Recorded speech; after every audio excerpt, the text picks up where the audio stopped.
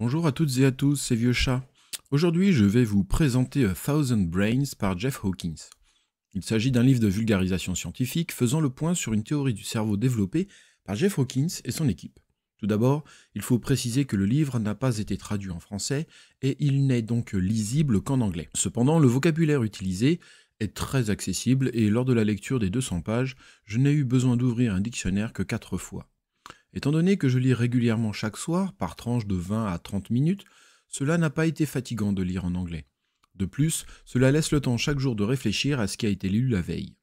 À cela s'ajoute le fait que l'auteur résume régulièrement sa pensée au fur et à mesure des chapitres, et ces répétitions sont les bienvenues tant cette lecture donne à méditer. C'est un livre dense qui explique la théorie des 1000 cerveaux, mais se penche aussi sur la question plus générale de l'intelligence. À ce titre, l'auteur explique en quoi l'intelligence artificielle ne peut être considérée comme intelligente dans son état actuel. Il aborde aussi quelques questions éthiques autour de l'amélioration de l'intelligence des machines.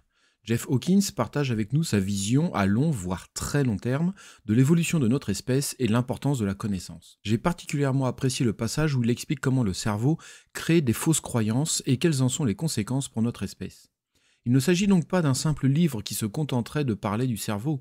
La réflexion se poursuit jusqu'aux implications sociétales des découvertes faites par cette théorie. Qu'est-ce qu'être intelligent?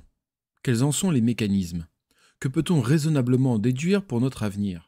Voilà le genre de questions auxquelles il essaie de répondre. Je suis professeur et beaucoup de ce qu'il explique permet d'éclairer un certain nombre de difficultés rencontrées dans mon métier.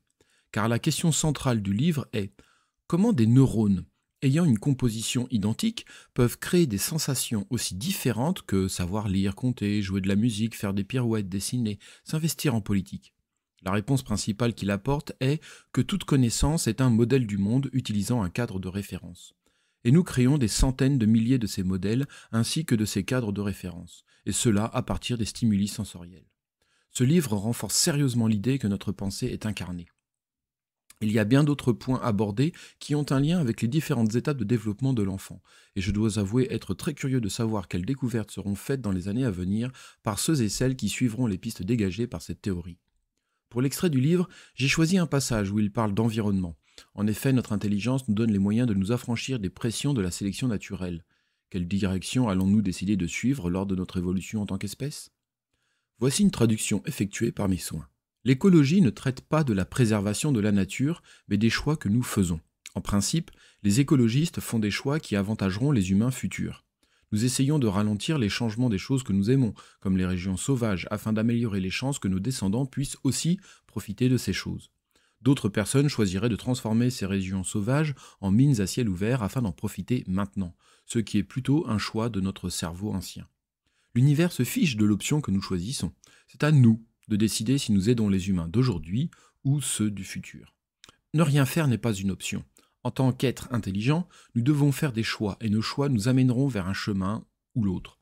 En ce qui concerne les autres animaux sur Terre, nous pouvons décider de les aider ou pas. Mais tant que nous serons là, la possibilité de laisser les choses suivre leur cours naturel n'existe pas. Nous faisons partie de la nature et nous devons faire des choix qui affecteront le futur. Tel que je le vois, nous avons un choix fondamental à faire. Un choix entre favoriser notre cerveau ancien ou notre cerveau récent. Plus spécifiquement, voulons-nous que notre futur soit dirigé par les processus qui nous ont amenés jusqu'ici, à savoir la sélection naturelle, la compétition et la pulsion de gènes égoïstes? Ou voulons-nous que notre futur soit dirigé par l'intelligence et le désir de comprendre le monde? Nous avons l'opportunité de choisir entre un futur où la force principale de progression est la création et la dissémination de la connaissance, et un futur où la force principale de progression est la copie et la dissémination des gènes.